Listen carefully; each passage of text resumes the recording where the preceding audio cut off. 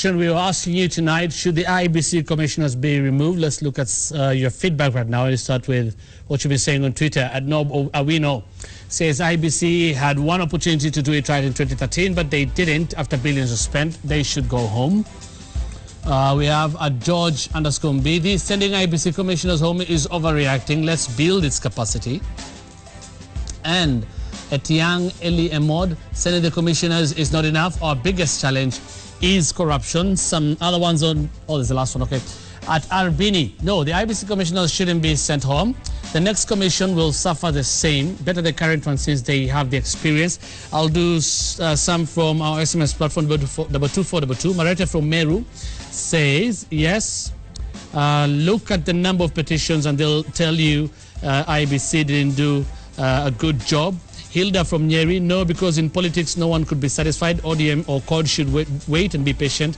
Time will tell. And finally, Nixon Dugida from Kindaruma: yes, the IBC commissioners should be sent home, but only if they are found guilty of offences through a due legal process. We now cross over to Evelyn Omboy for our final segment of the big question. Evelyn, what has been happening on social media platforms?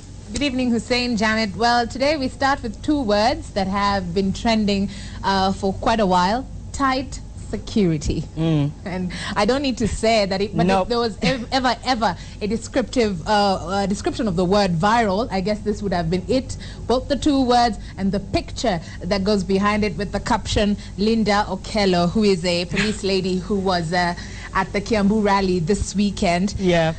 That picture has been making rounds on all social media platforms for all, I think, the wrong reasons. Right. And elicited a lot of debate. It has. It has. Backlash on some ends, on the other end. It's really interesting. I think it'll be talked about for a while. Interestingly, even a Facebook page, of course, a lot of people are for her, saying that a lot of people are bashing her for no reason. A Facebook page has been created called Kenyans for Linda Okello Yule Askari.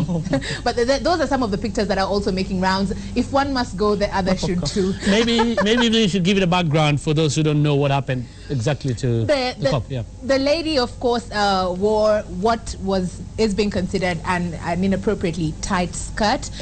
She was at the KCB rally this weekend, and a picture was taken of her with the caption "tight security." That is in Thika, and the reprimand came from her boss, isn't it? Yes, and so far the lady has been reprimanded. The skirt apparently has been taken, and we await to see what will be done and what action will be taken. But a lot of comments, not only on social media platforms, but also by leaders. Some, of course, who are saying that she's being reprimanded, she's being judged too harshly, and some who are saying that it sort of got into the way of her duty. So we'll continue to follow up on that as we continue to maybe see what will happen next. Right.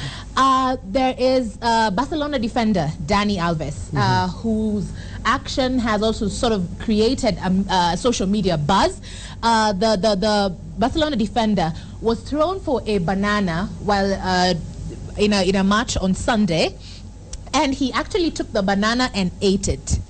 Right. Yeah. Right. And it's actually being referred to as him biting back at banana racism. Yeah. Yeah. So I think. Yeah, I think I saw that. It's a very unique response. Yeah, I think I saw that was against Villarreal, and it. Yes. I think it's a good. Some say it's a very good way of responding to such a thing. It didn't. Really Especially it was a very unique way of especially because racism in football has been such an issue for so many years. And apparently he had also had another incident earlier on, and he decided now he will take it positively and not do anything about it. So I guess it was a very unique response. Right. Yes. Right. Someone tell South Africa. This one is actually trending even as we speak. Yeah.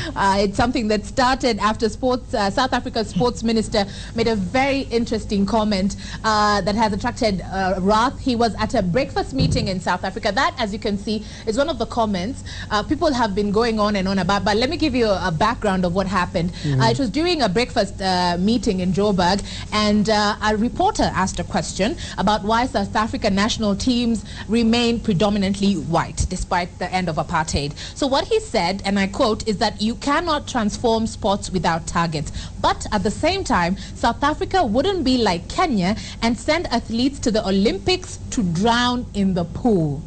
Well, if this is to be taken factually, no Kenyan athlete has actually drowned in the pool during the Olympics.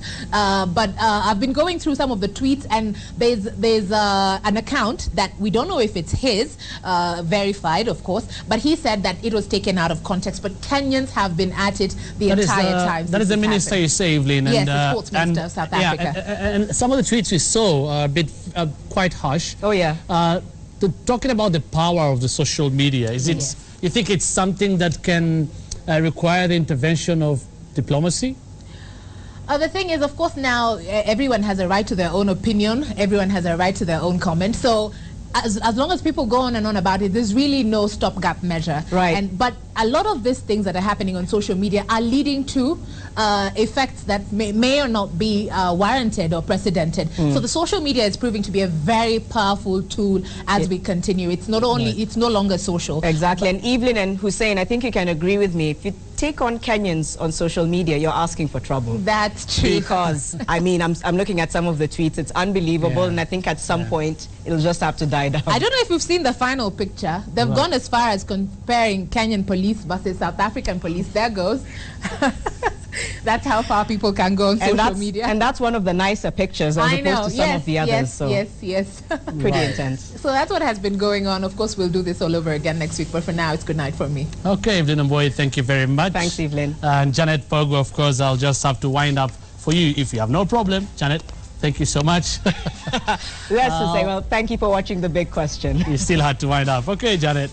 And I'm Hussein Mohammed. Thank you for watching The Big Question. Let's do this again next week, God willing. Have a good night.